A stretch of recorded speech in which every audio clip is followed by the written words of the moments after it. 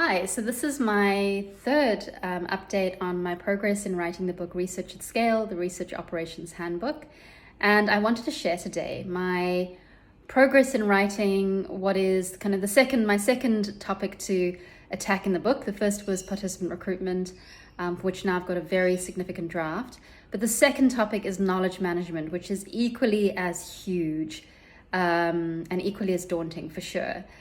And so some of the things that I've been thinking about and writing about and researching about and mulling over endlessly is how we as as an industry, as research, specifically user research or design research, tend to look at libraries. Because to be honest with you, there are incredibly few, almost no examples of research library efforts that have been very successful in the user research world.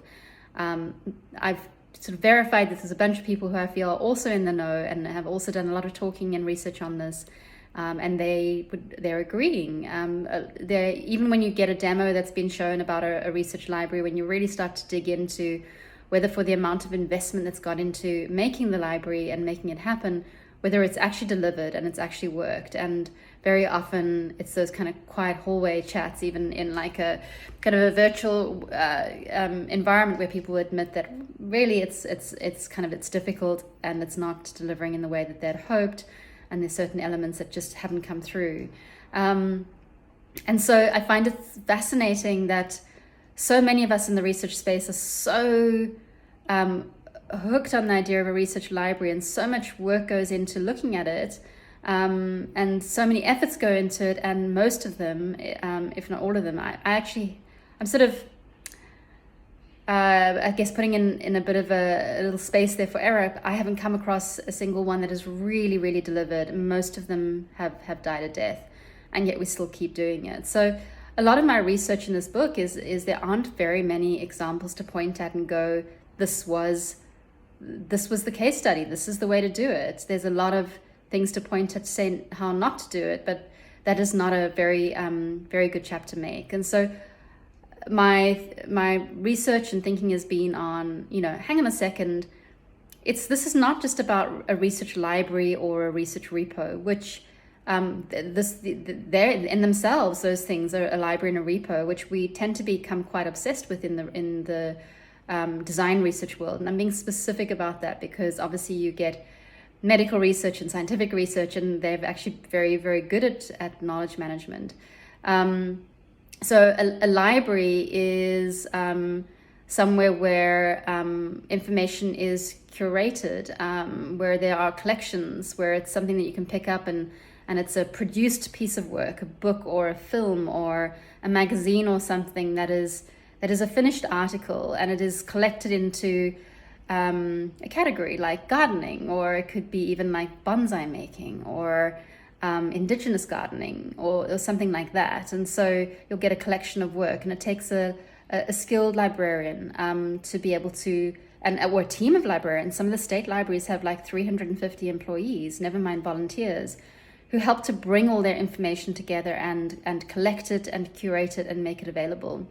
Whereas a repository is really a store for data. That's the definition of a repository.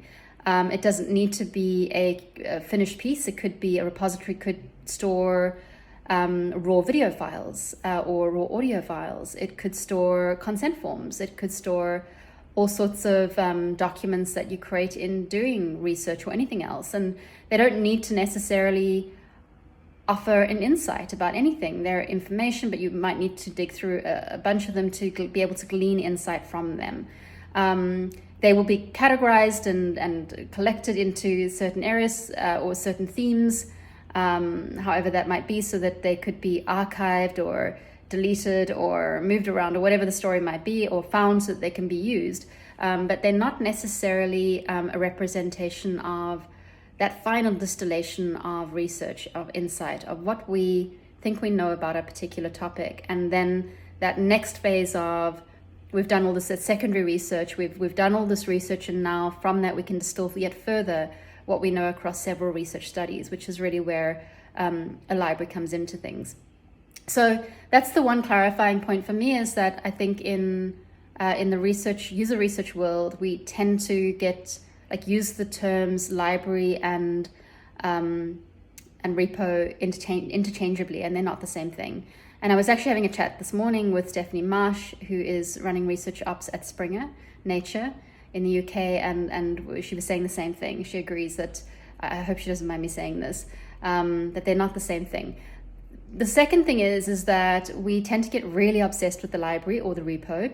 And for me, I'm really looking at it more holistically as knowledge management. And so knowledge management encompasses how we create knowledge, how we share knowledge, how we imbibe knowledge, and how we then recreate knowledge again out of that original knowledge, and what that full process is, and what the tools and the culture and the training and the mechanisms and philosophies that you apply to how knowledge is processed through the organization, and what that impact actually means is really interesting. But even that, there's, I think, let me go back to my original thought and I'll get back to this next one. So there's really like an entire nervous system, so to speak, that is knowledge management.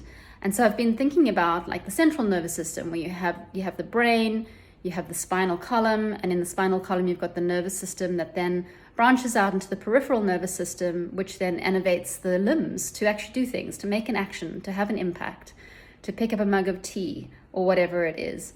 And so we tend to get obsessed in the user research space with the library or the repo, which is like, you can think of that as the brain. And we don't pay attention necessarily to the spinal column or the nerves in the spinal column or the peripheral nervous system, and then we wonder why there's no impact. And I think a lot of what I'm thinking about is, how do we really step back from this obsession with libraries and repos and really look at knowledge management as a whole, at the full central nervous system of research and of knowledge, and what we do with it, and how it has impact, and how we track that, and how we help to operationalize that while allowing space for that mess and the mess and the mash of how you distill all the recordings and stuff, the stuff that you might actually put in a repo, that then goes into creating those final clear distillations of what we think we know.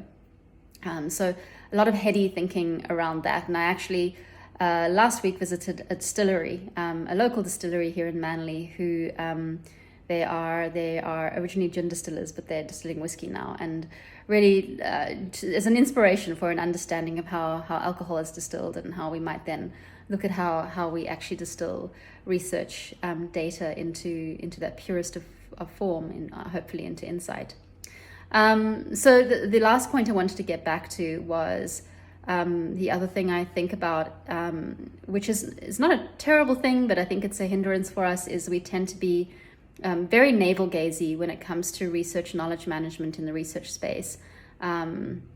I've certainly done it. I've researched researchers to try and understand how we manage knowledge. But the thing is that there's hundreds and hundreds of years worth of experience in how knowledge is managed, from libraries in ancient Greece to academics who have for 20, 30 years worked on, at least that I know so far, I might research and find out it's longer than that, have worked on understanding full-time as their academic career how we manage knowledge and what it means to manage knowledge.